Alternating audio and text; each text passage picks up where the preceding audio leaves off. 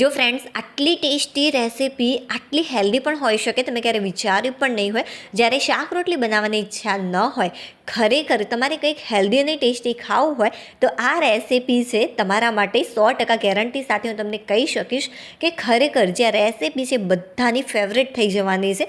જેટલા પણ લોકો આ રેસીપી બનાવશે તે, જો વિશ્વાસ ના આવતો હોય તો એકવાર બનાવી તો જુઓ અને ત્યારબાદ મને કહેજો કે જે આ રેસીપી છે તમને કેવી લાગી. ખરેખર પોષક તત્વોથી એકદમ ભરપૂર છે. જો તમે ડાયટિંગ કરતા હોય તો પણ તમે આ રેસીપી ખાઈ શકો છો, કેમ કે આપણે તેલ વગર તૈયાર કરવાના છે.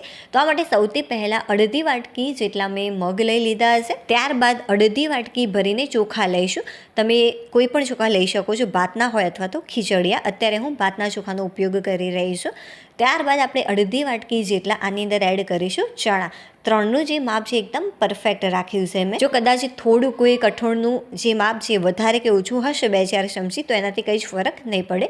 હવે સારા એવા પ્રમાણમાં પાણી એડ કરી અને સારી રીતે આને વોશ કરી લઈશું. તો 2 વાર મેં પાણીની મદદથી સારી રીતે આને વોશ કરી લીધું છે. તો બધું જ પાણી આપણે દૂર કરી દેવાનું.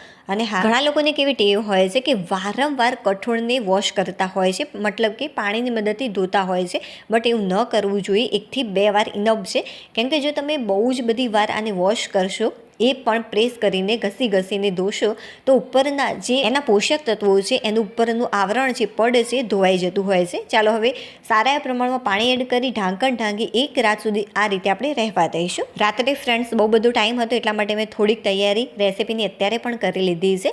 તો મેં શું કર્યું, પાવાટકી જેટલા શિંગદાણા લીધા અને એકદમ ફાસ્ટ ફ્લેમ ઉપર જુઓ આ ટાઈપનો ડાર્ક કલર આવે ત્યાં સુધી તમારે શેકી લેવાના. તો ફક્ત 1 જ મિનિટનો મને ટાઈમ લાગ્યો છે, કેમ કે તવી બહુ જ પાતળી છે એટલા માટે ફાસ્ટ ફ્લેમ ઉપર બહુ જ સરસ રીતે શેકાઈ ગયા છે.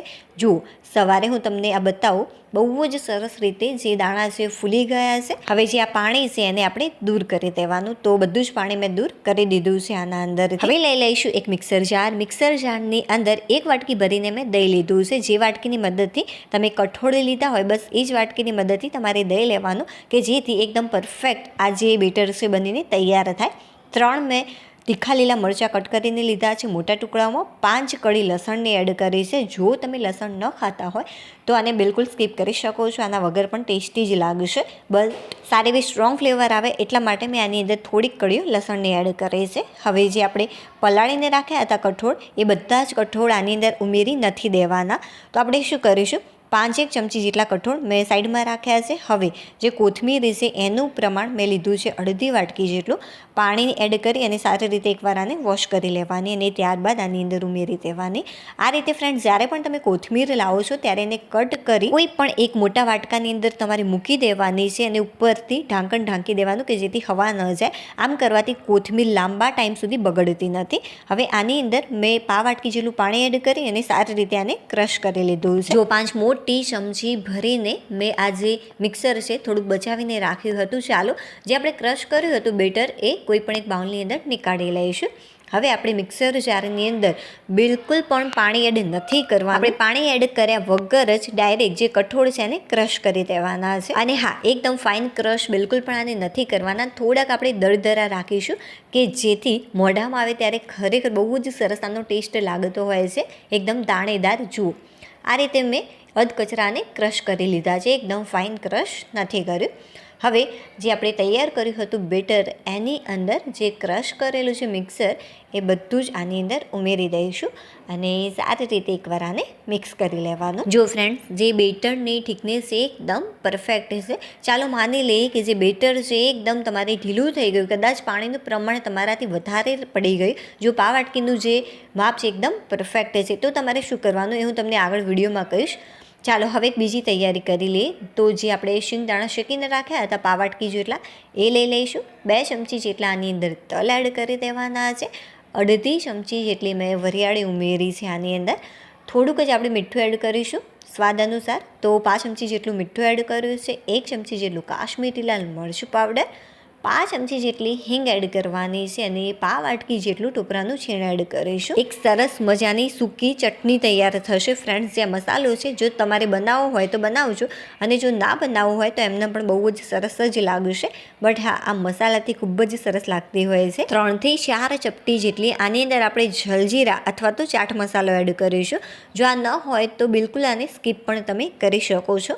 આના વગર પણ ટેસ્ટી જે તૈયાર થશે.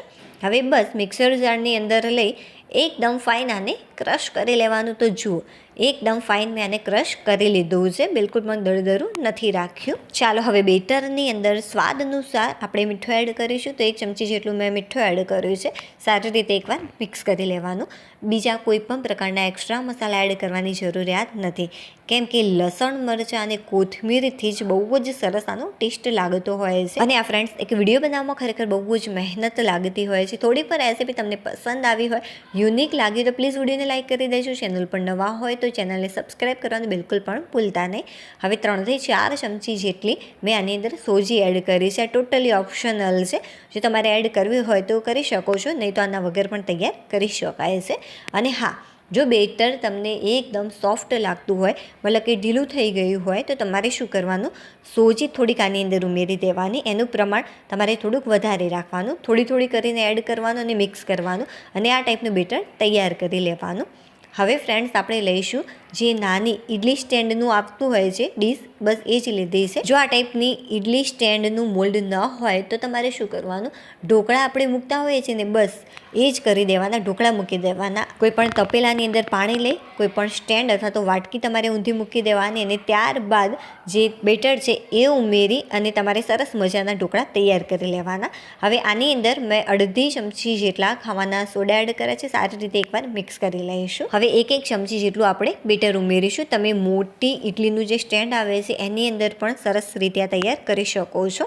લાસ્ટમાં તમારે એને 4 ટુકડાઓમાં કટ કરી દેવાની, જેથી એ સાઇઝમાં નાની થઈ જાય. જો એક સરખી રીતે મેં બેટર ઉમેરી દીધું છે. પાણી સારી રીતે ઉકળે તરત જ આપણે જે મોલ્ડ તૈયાર કરીને રાખ્યું છે આની અંદર મૂકી ઢાંકણ ઢાંકી 15 મિનિટ માટે આને બાફી લઈશું. જો 15 મિનિટ પછી બહુ જ સરસ રીતે આ બફાઈ ગઈ છે. જો હજુ આ ગરમ જ છે છતાં પણ તમે જોઈ શકો છો બહુ જ સરસ રીતે એકદમ આસાનીથી હાથની મદદથી તમે આને નીકાળી શકો છો. હજુ ગરમ છે એટલા માટે હાથે થોડુંક ગરમ લાગે છે, બટ જુઓ બહુ જ સરસ રીતે આ નીકળી જતી હોય છે, બિલકુલ પણ નીચે ચીપકશે નહીં. જો તે જ રીતે બીજી પ્લેટ પણ મેં તૈયાર કરી દીધી છે. આની અંદર થોડુંક બેટર મેં વધારે એડ કરી દીધું હતું કે જેથી આ ઝડપથી બનીને તૈયાર થઈ જાય. ફ્રેન્ડ્સ, તમે આને 3 રીતે તૈયાર કરી શકો છો. પહેલી રીત આ છે કે તમારે થોડુંક તેલ લઈ લેવાનું. તો 1.5 ચમચી ભરીને મેં તેલ લીધું છે. તેલ થોડું ગરમ થાય ત્યારે 1/2 ચમચી જેટલી રાઈ, 5 ચમચી જેટલી હિંગ, સારા પ્રમાણમાં મીઠા લીમડાના પાન, 1 નંગ જેટલું મેં તીખું લીલું મરચું આની અંદર એડ કર્યું છે. કટ કરીને સારી રીતે એકવાર મિક્સ કરી લઈશું.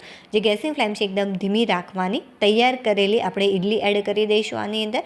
સારી રીતે એકવાર આને મિક્સ કરી લઈશું. ત્યારબાદ ફ્રેન્ડ્સ, જે આપણે મસાલો તૈયાર કર્યો છે 1 ચમચી જેટલો, આની ઉપર આપણે મસાલો એડ કરીશું. 2 ચમચી જેટલો પણ તમે એડ કરી શકો છો અને ફરીથી આને એકવાર મિક્સ કરી લેવાનું. હવે ઉપરથી થોડી કોથમીર એડ કરી દઈશું. બીજી રીતમાં જે આપણે સૂકો મસાલો તૈયાર કરીને રાખ્યો હતો અથવા સૂકી ચટણી પણ કહી શકો છો, એની અંદર થોડીક છાશ એડ કરીશું, થોડી કોથમીર એડ કરી મેં એને ક્રશ કરી લીધું છે. અને ત્રીજી રીતમાં તમે થોડુંક ઉપરથી ઘી એડ કરી શકો છો, જે ઇડલી આપણે તૈયાર કરી છે એના ઉપર, અને થોડો કોરો મસાલો એડ કરી અને મિક્સ કરી અને બાળકોને આપી શકાય છે. બીજી રીતમાં પણ તમે તેલ વગર આને તૈયાર કરી શકો છો. ડાયરેક્ટ વઘાર કર્યા વગર તમારે ઇડલી લેવાની અને સરસ મજાની આ ચટણી તૈયાર કરી દેવાની. વાવ ફ્રેન્ડ્સ, ખરેખર બહુ જ સરસ લાગે છે. ચાલો હવે આપણે ફરીથી મળીશું એક નવી ટેસ્ટી રેસીપી સાથે. ત્યાં સુધી બાય.